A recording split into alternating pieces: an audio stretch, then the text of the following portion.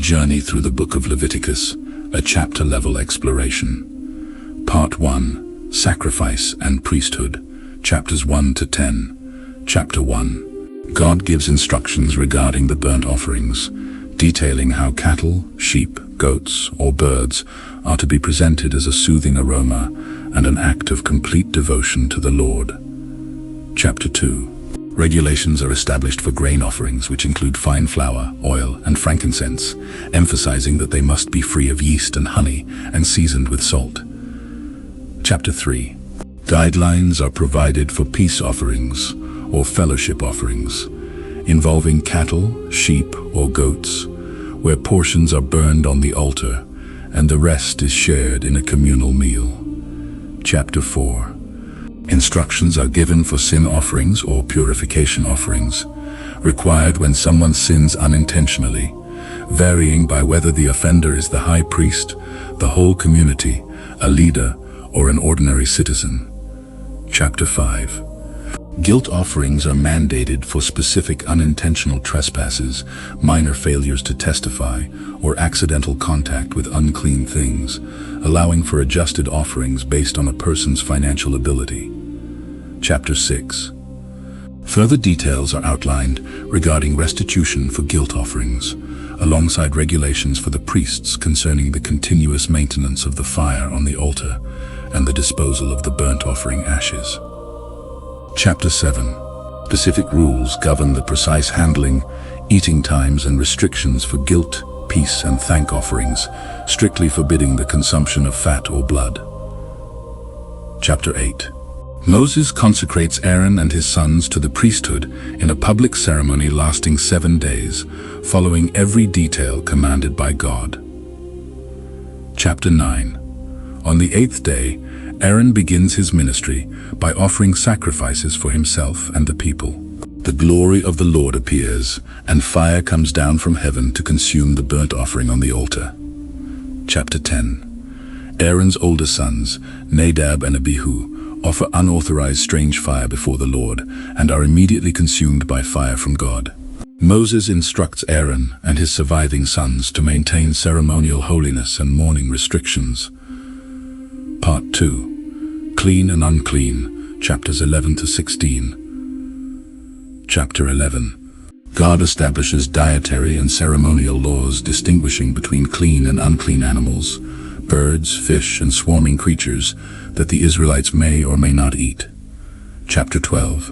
Purification rituals and sacrificial requirements are prescribed for women following the birth of a child, differing in duration for a son versus a daughter.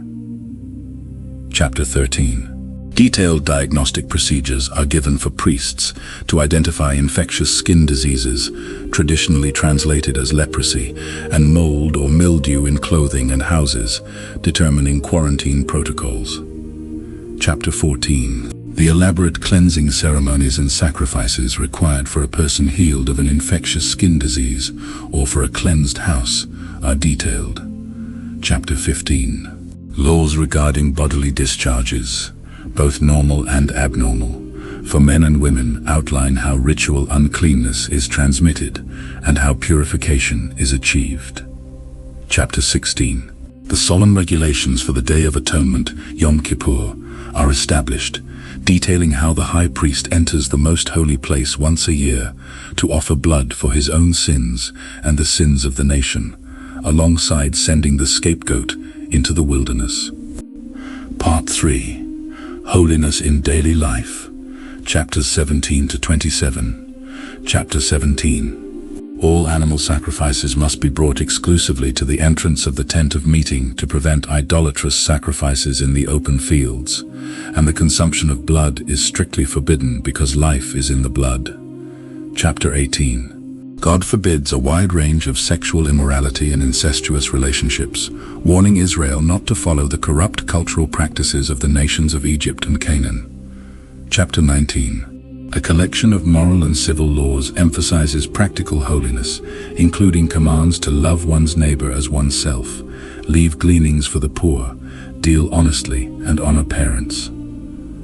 Chapter 20.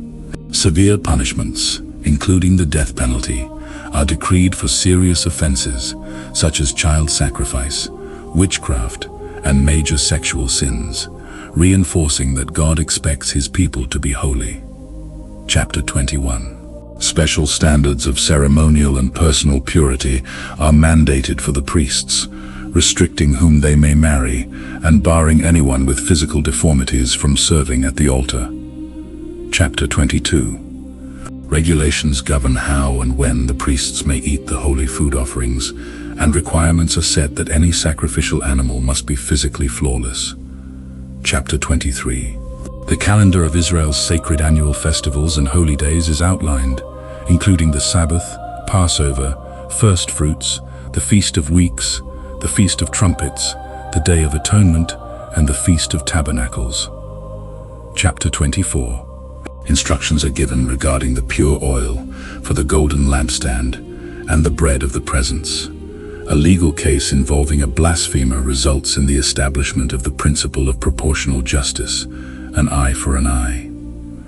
Chapter 25. God institutes the Sabbath year, every 7th year, where land lies fallow, and the Year of Jubilee, every 50th year, during which debts are cancelled, property is returned to original family owners, and enslaved Israelites are freed. Chapter 26. God lays out the blessings for obedience to his covenant and the severe progressive consequences and discipline for persistent disobedience, ending with a promise that he will remember his covenant if they repent.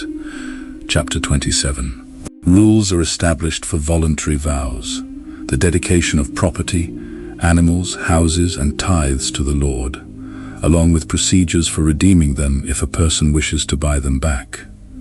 Epilogue. The Book of Leviticus serves as the manual for Israel's worship, holiness, and fellowship with God, detailing the sacrificial system, priestly duties, and moral laws given at Mount Sinai.